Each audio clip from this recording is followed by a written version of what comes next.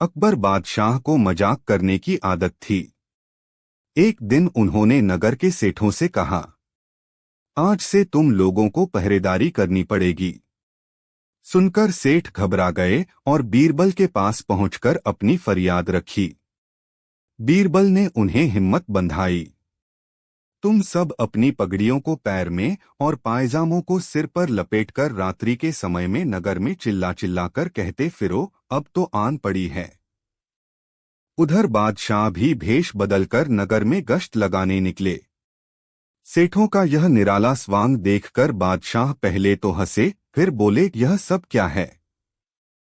सेठों के मुखिया ने कहा, जहां पनाह, हम सेठ जन्म से गुड़ और तेल बेचने का काम सीख कर आए हैं। भला पहरेदीर क्या कर पाएंगे? अगर इतना ही जानते होते तो लोग हमें बनिया कहकर क्यों पुकारते? बादशाह अकबर बीरबल की चाल समझ गए और अपना हुक्म वापस ले लिया। एक बार अकबर और बीरबल बागीचे में बैठे थे। अचानक अकबर ने बीरबल से पूछा कि क्या तुम किसी ऐसे इंसान को खोज सकते हो जिसमें अलग अलग बोली बोलने की खूबी हो?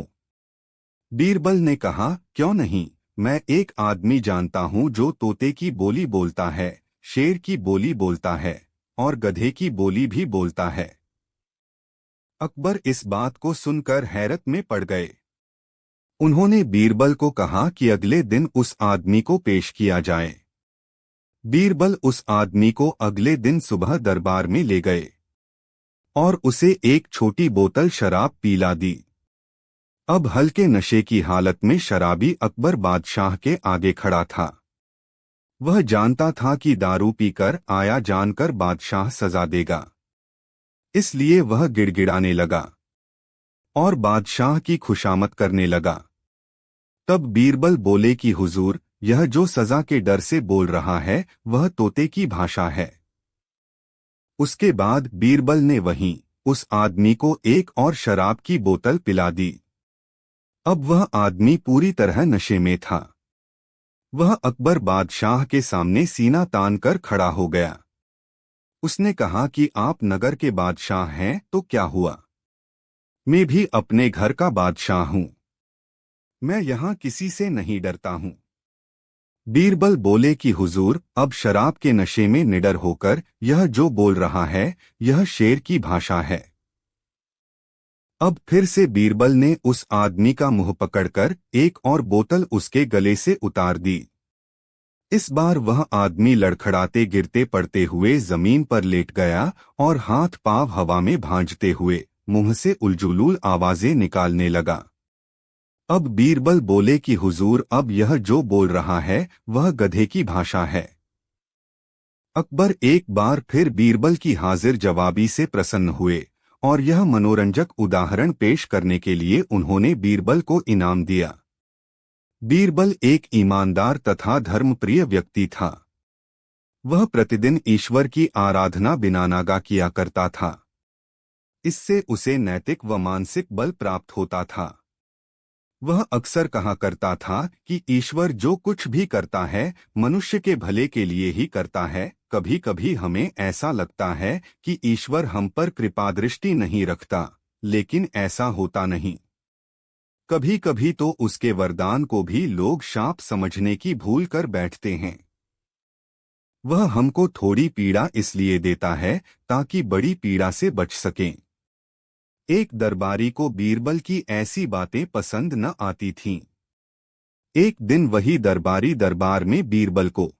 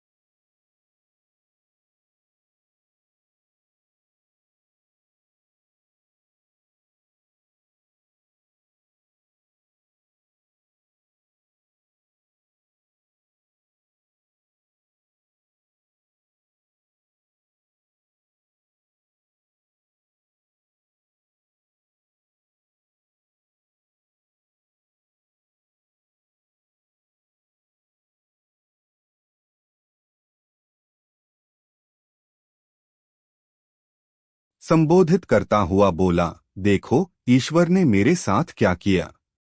कल शाम को जब मैं जानवरों के लिए चारा काट रहा था तो अचानक मेरी छोटी उंगली कट गई। क्या अब भी तुम यही कहोगे कि ईश्वर ने मेरे लिए यह अच्छा किया है? कुछ देर चुप रहने के बाद बोला बीरबल, मेरा अब भी यही विश्वास है क्योंकि ईश्वर जो कुछ भी करता है मनुष्य के भले के लिए ही करता है। सुनकर वह दरबारी नाराज हो गया कि मेरी तो उंगली कट गई और बीरबल को इसमें भी अच्छाई नजर आ रही है। मेरी पीड़ा तो जैसे कुछ भी नहीं। कुछ अन्य दरबारियों ने भी उसके सुर में सुर मिलाया। तभी बीच में हस्तक्षेप करते हुए बादशाह अकबर बोले, बीरबल हम भी अल्लाह पर भरोसा रखते हैं, लेकिन यहाँ तुम्हारी बात से सहमत नहीं। इस दरबारी के मामले में ऐसी कोई बात नहीं दिखाई देती जिसके लिए उसकी तारीफ की जाए। बीरबल मुस्कुराता हुआ बोला, ठीक है जहां पनाह, समय ही बताएगा। अब 3 महीने बीत चुके थे। वह दरबारी जिसकी उंगली कट गई थी घने जंगल में शिकार खेलने निकला हुआ था। एक हिरन का पीछा करते वह भटककर आदिवासियों के हाथों में जा पड़ा। वे आदिवासी अपने देवता को प्रसन्न करने के लिए मानव बलि में विश्वास रखते थे। आठ वे उस दरबारी को पकड़कर मंदिर में ले गए बलि चढ़ाने के लिए।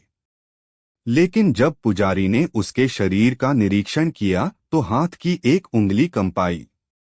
नहीं, इस आदमी की बलि नहीं दी जा सकती। मंदिर का पुजारी बोला, यदि 9 उंगलियों वाले इस आदमी को बलि चढ़ा दिया गया तो हमारे देवता बजाय प्रसन्न होने के क्रोधित हो जाएंगे। अधूरी बलि उन्हें पसंद नहीं। हमें महामारियों, बाढ़ या सूखे का प्रकोप झेलना पड़ सकता है, इसलिए इसे छोड़ देना ही ठीक होगा। और उस दरबारी को मुक्त कर दिया गया। अगले दिन वह दरबारी दरबार में बीरबल के पास आकर रोने लगा।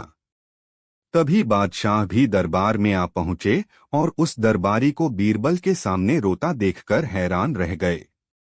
तुम्हें क्या हुआ, रो क्यों रहे हो? अकबर ने सवाल किया। जवाब में उस दरबारी ने अपनी आप बीती विस्तार से कह सुनाई। वह बोला, अब मुझे विश्वास हो गया है कि ईश्वर जो कुछ भी करता है मनुष्य के भले के लिए ही करता है। यदि मेरी उंगली न कटी होती तो निश्चित ही आदिवासी मेरी बलि चढ़ा देते। इसीलिए मैं रो रहा हूं, लेकिन ये आंसू खुशी के हैं। मैं खुश हूं क्योंकि मैं जिंदा हूं। बीरबल के ईश्वर पर विश्वास को संदेह की दृष्टि से देखना मेरी भूल थी। अकबर ने मंद मंद मुस्कुराते हुए दरबारियों की ओर देखा जो सिर झुकाए चुपचाप खड़े थे। अकबर को गर्व महसूस हो रहा था कि बीरबल जैसा बुद्धिमान उसके दरबारियों में से एक है। एक दिन बादशाह अकबर ने ऐलान किया कि जो भी मेरे सवालों का सही जवाब देगा उसे भारी इनाम दिया जाएगा। सवाल कुछ इस प्रकार से थे। ऐसा क्या है जो आज भी है और कल भी रहेगा? ऐसा क्या है जो आज भी नहीं है और कल भी नहीं होगा? ऐसा क्या है जो आज तो है लेकिन कल नहीं होगा? इन तीनों सवालों के उदाहरण भी देने थे। किसी को भी चतुराई भरे इन तीनों सवालों का जवाब नहीं सूझ रहा था। तभी बीरबल बोला, हुजूर, आपके सवालों का जवाब मैं दे सकता हूं, लेकिन इसके लिए आपको मेरे साथ शहर का दौरा करना होगा। तभी आपके सवाल सही ढंग से हल हो पाएंगे। अकबर और बीरबल ने वेश बदला और सूफियों का बाना पहनकर निकल पड़े। कुछ ही देर बाद वे बाजार में खड़े थे। फिर दोनों एक दुकान में घुस गए। बीरबल ने दुकानदार से कहा, हमें बच्चों की पढ़ाई के लिए मदरसा बनाना है, तुम हमें इसके लिए 1000 रुपए दे दो। जब दुकानदार ने अपने मुनीन से कहा कि इन्हें 1000 रुपए दे दो तो बीरबल बोला, जब मैं तुमसे रुपए ले रहा हूँगा तो तुम्हारे सिर पर जूता मारूंगा। हर 1 रुपए के पीछे 1 जूता पड़ेगा। बोलो तैयार हो? यह सुनते ही दुकानदार के नौकर का पारा चढ़ गया और वह बीरबल से 2-2 हाथ करने आगे बढ़ाया। लेकिन दुकानदार ने नौकर को शांत करते हुए कहा, मैं तैयार हूं, लेकिन मेरी एक शर्त है। मुझे विश्वास दिलाना होगा कि मेरा पैसा इसी नेक काम पर खर्च होगा। ऐसा कहते हुए दुकानदार ने सिर झुका दिया और बीरबल से बोला कि जूता मारना शुरू करें। तब बीरबल व अकबर बिना कुछ कहे सुने दुकान से बाहर निकल आए। दोनों चुपचाप चले जा रहे थे कि तभी बीरबल ने मौन तोड़ा। बंदा परवर, दुकान में जो कुछ हुआ उसका मतलब है कि दुकानदार के पास आज पैसा है और उस पैसे को नेक कामों में लगाने की नीयत भी, जो उसे आने वाले कल भविष्य में नाम देगी। इसका एक मतलब यह भी है कि अपने नेक कामों से वह जन्नत में अपनी जगह पक्की कर लेगा। आप इसे यूं भी कह सकते हैं कि जो कुछ उसके पास आज है कल भी उसके साथ होगा। यह आपके पहले सवाल का जवाब है। फिर वे चलते हुए एक भिखारी के पास पहुंचे। उन्होंने देखा कि एक आदमी उसे कुछ खाने को दे रहा है और वह खाने का सामान उस भिखारी की जरूरत से कहीं ज्यादा है। तब बीरबल उस भिखारी से बोला, हम भूखे हैं, कुछ हमें भी दे दो खाने को।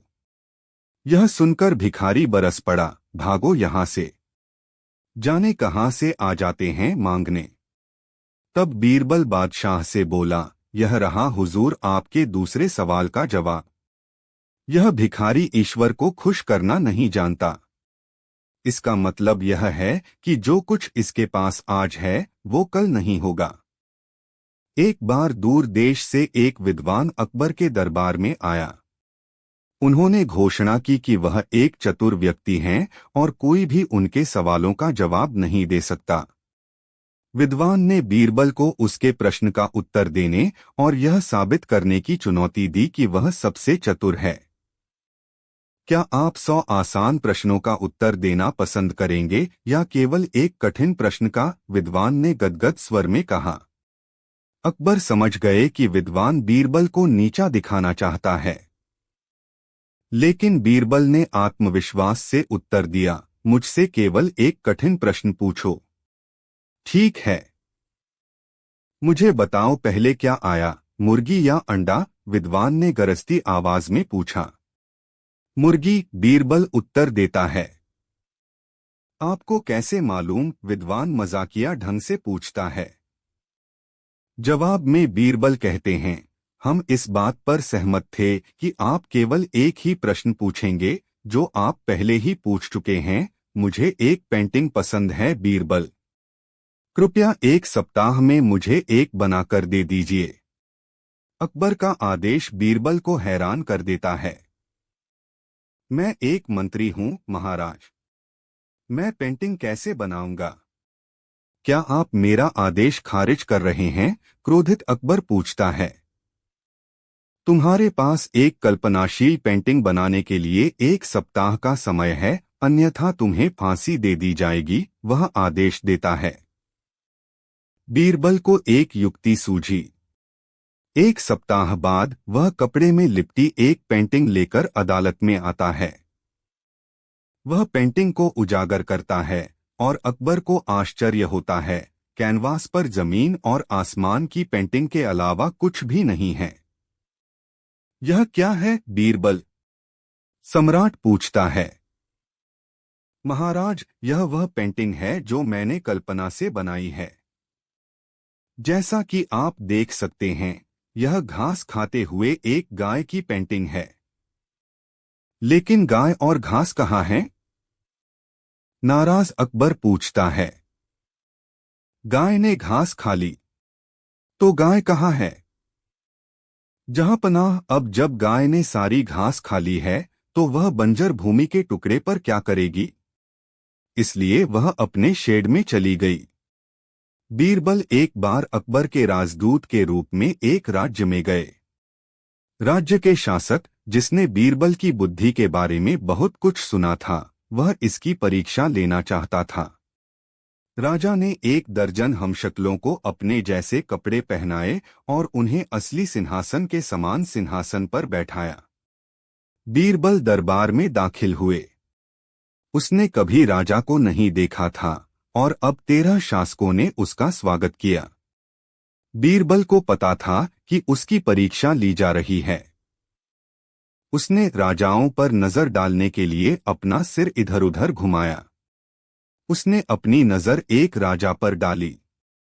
बीरबल उनकी ओर बढ़े, झुके और बोले, महामहिम को नमस्कार। राजा आश्चर्यचकित रह गया और हमशक्ल भी आश्चर्यचकित रह गए। तुम्हें कैसे पता चला कि मैं असली राजा था? हम पहले कभी नहीं मिले। आश्चर्यचकित शासक ने कहा।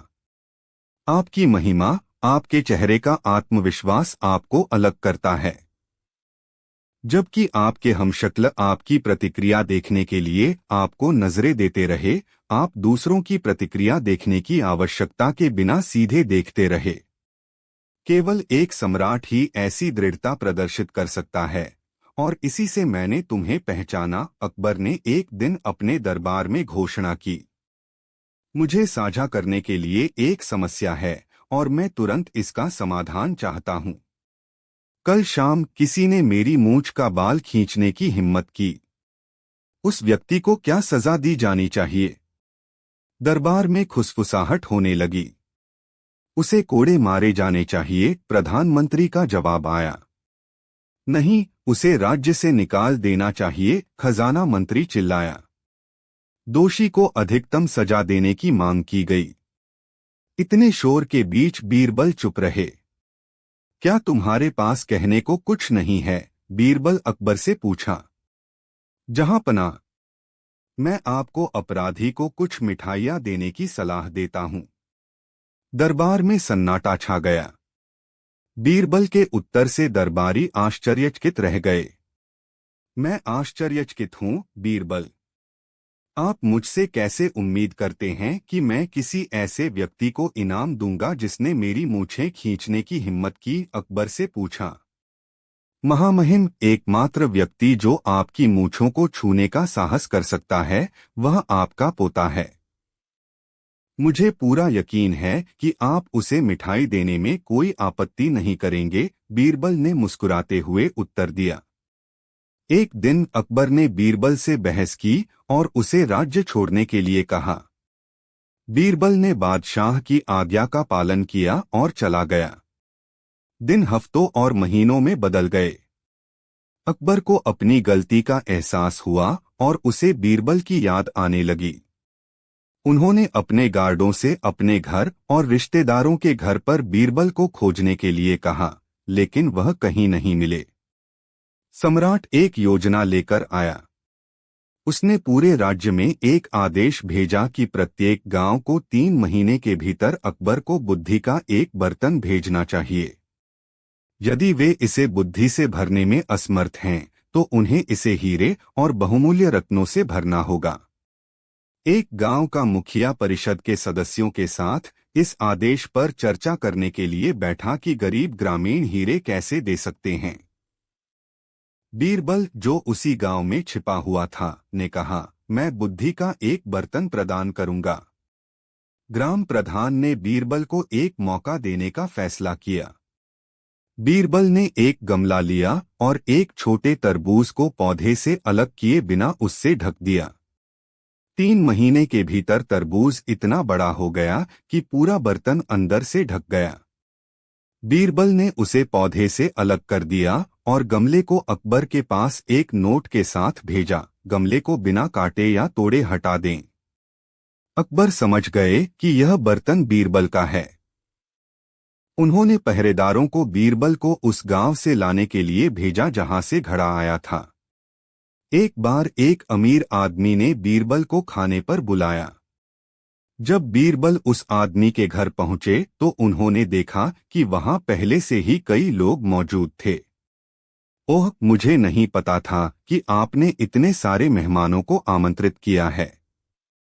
नहीं सर, बीरबल, ये मेहमान नहीं हैं, बल्कि मेरे कर्मचारी हैं जो आज रात के खाने में मेरे साथ शामिल हो रहे हैं। लेकिन उनमें से एक आपके जैसा ही मेहमान है। क्या आप अनुमान लगा सकते हैं कौन? आदमी ने मुस्कुराते हुए कहा। बीरबल ने उत्तर दिया, कृपया उन्हें एक चुटकुला सुनाएं और मैं आपको बताऊंगा कि मेहमान कौन है। उस आदमी ने एक चुटकुला सुनाया और घर के सभी मेहमान हंस पड़े। बीरबल ने एक आदमी की ओर इशारा करते हुए कहा, वह आदमी वहां दूसरा मेहमान है। हाँ, वह उनमें से एक है। लेकिन आपने इसका अनुमान कैसे लगाया? आश्चर्यचकित मेजबान ने पूछा। आपने जो चुटकुला कहा वह उतना मजेदार नहीं था। फिर भी हर कोई हंसा, लेकिन मेहमान केवल मुस्कुराया और इस तरह मैं उसे पहचान सका। चतुर बीरबल ने उत्तर दिया, मुझे लगता है कि मेरे लोग मुझसे प्यार करते हैं। शाही बगीचे में बीरबल के साथ टहलते हुए अकबर मुस्कुराते हुए बोले, आप ठीक कह रहे हैं महाराज, लेकिन लोग आपसे डरते भी हैं। बीरबल का जवाब आया। अकबर ने भौहें सिकोड़कर कहा, मुझे विश्वास नहीं होता। मैं इसे साबित कर दूंगा जहांपनाह, बीरबल ने कहा और अकबर के साथ अपनी योजना साझा की। अगले दिन अकबर ने घोषणा की कि वह एक खतरनाक शिकार के लिए जंगल जा रहा है। प्रार्थना के रूप में उनकी प्रजा को शाही महल प्रांगण के केंद्र में रखे बड़े टब में एक कप दूध डालना चाहिए। अगले दिन अकबर ने देखा कि टब पानी वाले दूध से भरा हुआ था। कई विषयों ने केवल यह मानकर पानी डाला कि दूसरों को दूध मिल जाएगा और उनका पानी छिप जाएगा। अगले दिन अकबर ने इसी तरह की घोषणा की, लेकिन इस बार कहा कि वह दूध डालने वालों की जांच करेगा। जब अकबर वापस लौटे तो उन्होंने देखा कि टब ताजे दूध से भरा हुआ है। क्या मैंने आपको नहीं बताया, सर? बीरबल ने पूछा। इस बार लोगों ने शुद्ध दूध डाला क्योंकि उन्हें डर था कि आपको पता चल जाएगा कि इसमें दूध ही नहीं है। आपकी प्रजा आपकी परवाह करती है, लेकिन डरती भी है, और इसीलिए उन्होंने इस बार टब दूध से भर दिया है। एक दिन अकबर की नजर बगीचे में मिट्टी से निकली एक चट्टान पर पड़ी। पहरेदारों और दरबारियों के सामने गिरने पर उसे बहुत शर्मिंदगी महसूस हुई। उन्होंने माली को उसकी लापरवाही के लिए गिरफ्तार करने और फांसी देने का आदेश दिया। बीरबल को घटना के बारे में पता चला और वह जेल में गरीब माली से मिलने गए। उसने माली के कान में कुछ कहा। अगले दिन माली से फांसी से पहले उसकी आखिरी इच्छा पूछी गई। उसने कहा कि वह राजा से मिलना चाहता है। उनकी इच्छा पूरी हुई। जब वह अकबर के दरबार में पहुंचा तो वह अकबर के पास गया और उसके पैरों पर थूक दिया। दरबारी हांफने लगे। यह क्या बकवास है? क्रोधित अकबर गरजा। जहांपनाह, बीरबल ने हस्तक्षेप किया। वफादार माली को दुख हुआ कि आपको उसे फांसी देने के लिए एक मूर्खतापूर्ण कारण का उपयोग करना पड़ा और आपके निर्णय की लोगों द्वारा आलोचना की जा सकती है। इसलिए उसने आपको फांसी देने का एक गंभीर कारण बताने का फैसला किया। अकबर ने मंशा समझ ली और माली को माफ कर दिया। एक गर्म दिन में अकबर एक पड़ोसी राज्य की लंबी सड़क यात्रा पर था। गर्मी ने उसे परेशान कर दिया। उन्होंने बीरबल से लंबी सड़क की शिकायत की। बीरबल ने टिप्पणी की कि वह सड़क को छोटा कर सकता है। वास्तव में, यदि संभव हो तो कृपया ऐसा करें, उत्सुक अकबर ने कहा। जरूर महामहिम, लेकिन उससे पहले तुम्हें 5 पहेलियां सुलझानी होंगी, बीरबल का उत्तर आया। अकबर सहमत हो गया। बीरबल ने एक के बाद एक पहेलियां पूछनी शुरू कर दी। अकबर को पेचीदा पहेलियों को सुलझाने में समय लगेगा। जब अकबर ने 5वीं पहेली हल की तो उन्होंने कहा, बहुत बुरा हुआ कि तुम रास्ता छोटा नहीं कर सके और मैं तुम्हारी सभी 5 पहेलियां हल करने में कामयाब रहा। उन्होंने विजयी भाव से कहा। बीरबल मुस्कुराया। लेकिन हुजूर, मैंने रास्ता छोटा कर दिया है। हम गंतव्य पर हैं। अकबर ने देखा कि वे अपने गंतव्य तक पहुंच चुके थे। एक गर्म दिन में अकबर एक पड़ोसी राज्य की लंबी सड़क यात्रा पर था। गर्मी ने उसे परेशान कर दिया। उन्होंने बीरबल से लंबी सड़क की शिकायत की। बीरबल ने टिप्पणी की कि वह सड़क को छोटा कर सकता है। वास्तव में, यदि संभव हो तो कृपया ऐसा करें, उत्सुक अकबर ने कहा। जरूर महामहिम, लेकिन उससे पहले तुम्हें 5 पहेलियां सुलझानी होंगी, बीरबल का उत्तर आया। अकबर सहमत हो गया। बीरबल ने एक के बाद एक पहेलियां पूछनी शुरू कर दी। अकबर को पेचीदा पहेलियों को सुलझाने में समय लगेगा। जब अकबर ने 5वीं पहेली हल की तो उन्होंने कहा, बहुत बुरा हुआ कि तुम रास्ता छोटा नहीं कर सके और मैं तुम्हारी सभी 5 पहेलियां हल करने में कामयाब रहा, उन्होंने विजयी भाव से कहा। बीरबल मुस्कुराया। लेकिन हुजूर, मैंने रास्ता छोटा कर दिया है। हम गंतव्य पर हैं। अकबर और बीरबल की कहानियां उनके द्वारा दिए गए गुणों और नैतिकता के लिए प्रसिद्ध हैं। अधिकांश बच्चे अपने मनमोहक कथानकों के कारण इन कहानियों को पढ़ना और सुनना पसंद करते हैं। प्रत्येक अकबर बीरबल कथा अद्वितीय है और ज्ञान, विश्वास, ईमानदारी, दया और जिम्मेदारी जैसे नैतिकता और मूल्य सिखाती है। बच्चों के लिए अकबर बीरबल की कहानियां अपने मजाकिया विषयों, मनोरंजक उपाख्यानों और अंतहीन मनोरंजन के कारण हमेशा लोकप्रिय रही हैं। ये कहानियां हास्य, बुद्धि और प्रेरक नैतिकता से भी भरी हैं। मजेदार समय बिताने के साथ साथ उनकी कल्पना शक्ति को विकसित करने में मदद करने के लिए अपने बच्चों को कुछ दिलचस्प, छोटी और मजेदार अकबर बीरबल कहानियां पढ़ने में व्यस्त रखें। बोरियत या उदासी महसूस होने पर ये कहानियां पढ़ने के लिए बिल्कुल उपयुक्त हैं और आप इन्हें अपने बच्चे की सोने के समय की कहानी के लिए भी चुन सकते हैं। कुल मिलाकर ये कहानियां आपको और आपके बच्चों को पढ़ने और सीखने का एक बेहतरीन अनुभव प्रदान करेंगी।